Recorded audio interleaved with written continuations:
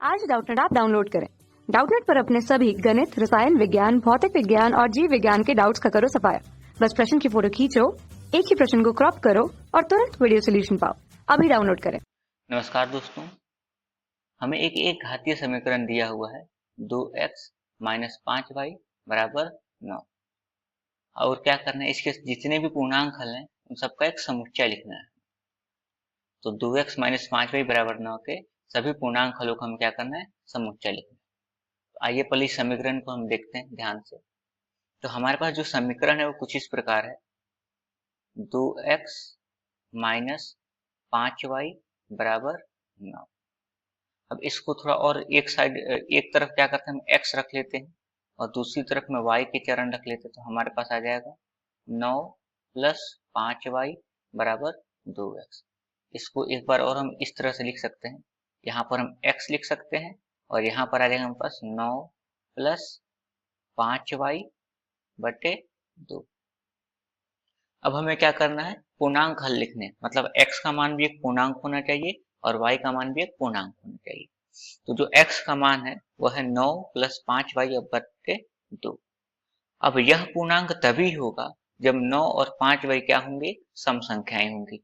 और यह सम संख्या 9 प्लस 5y सम संख्या तभी होगा, तो हमें पता है कि दो सम संख्याओं का जो योग होता है वह सम संख्या होता है, और जो दो विषम संख्याएं होती हैं उनका जो योग होता है वह क्या होता है, उनका योग ले लें, या फिर दो विषम संख्याओं का जो अंतर होता है वह क्या होता है, एक सम संख्या होता है। तो हमें क्या करना है, इनको सम बनाना है। इनको सम बनाना, 9 प्लस 5y को क्या करना है, हमें सम बनाना है। तो हम क्या करते हैं, कुछ मान लिख के देख लेते हैं, x और y के कुछ मान, जिससे हमें यह पता चल जाएगा कि किस किस मान के लिए हमारे पास x और y के जो मान आ रहे हैं वह सम और विषम आ रहे हैं। और फिर इन मानों में हम क्या कर देंगे, एक श्रेणी, एक पीढ़ी देख लेंगे कि किस प्रकार से वो जो मान है वो एक दूसरे के समक्ष किसको किसको अनुसरण कर रहे हैं, किस पैटर्न का अनुसरण कर रहे हैं, एक श्रृंखला, कौन सी श्रृंखला बन रही है वो देख लेंगे। तो सर्वप्रथम क्या करते हैं, हम यहाँ पे x लिख लेते हैं और y लिख लेते हैं। उसके तदुपरांत देख लेंगे कि x और y के क्या क्या मान आ रहे हैं हमारे पास। तो यहाँ पर हम मान लेते हैं यह जो मान है यह x है, x के लिए, और यहाँ पर ये y के लिए। अब हमें इसको क्या बनाना है, सम संख्या बनाना है। तो सम संख्या बनाने के लिए हम सबसे जो छोटी शुरुआत करते हैं वह लिख लेते हैं, एक ऋणात्मक संख्या लेते हैं -3। तो y का मान जैसे हम -3 लेंगे, हमारे पास y का मान हम जैसे ही -3 लेंगे, यह जो संख्या है -15 और यह 9 मिलकर हो जाएगा माइनस का 6 बन जाएगा, और माइनस का एक सम संख्या है, उसको अगर 2 से विभाजित करेंगे तो हमारे पास आ जाएगा -3, ये आ जाएगा।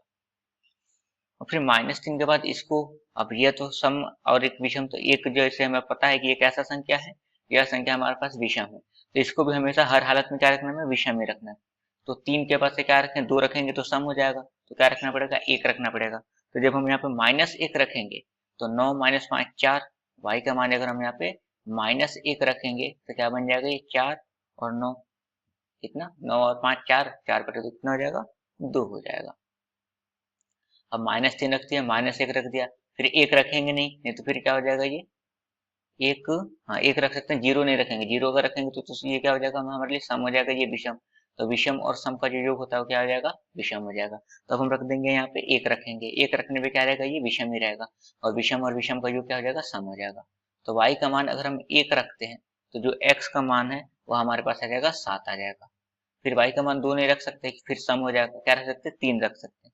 तो y का मान अगर हम यहाँ पे 3 रखेंगे तो जो x का मान हो जाएगा वो कितना जाएगा, हमारे पास 12 आ जाएगा, क्योंकि 15 और 9 कितना होता है, 24।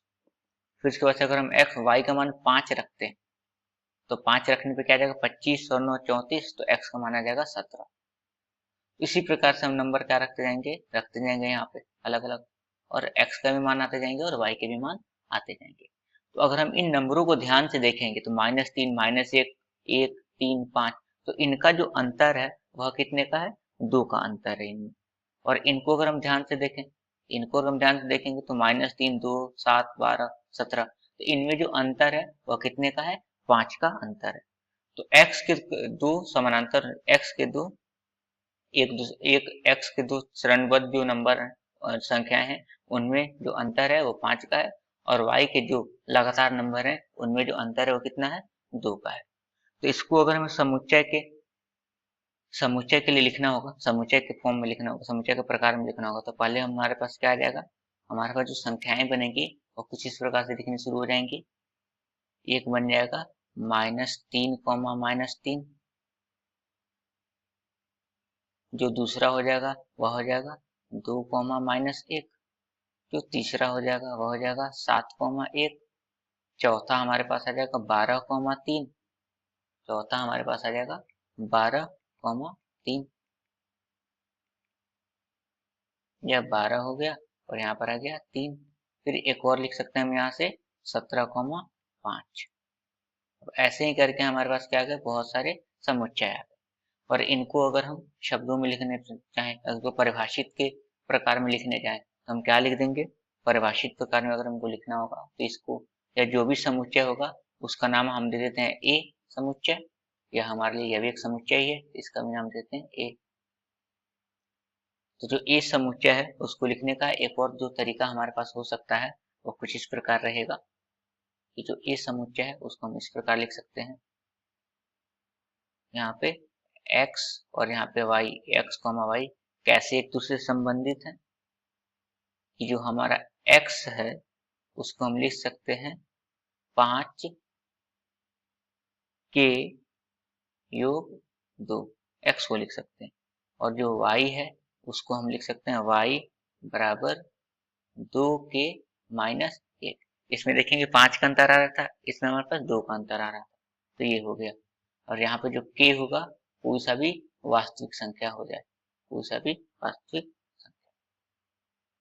वास्तविक की जगह हम यहाँ पे क्या लिखते हैं, यहाँ पर हम पूर्णांक लिखना ज्यादा पसंद करेंगे, तभी हमारा जो यहाँ पे नंबर है, संख्याएं वो क्या जाएंगे, पूर्णांक में आ जाएंगे। तो आई लिख देते हैं हम पूर्णांक के लिए। तो इस प्रकार से ये हमारा क्या हो गया, समुच्चय हो गया। धन्यवाद।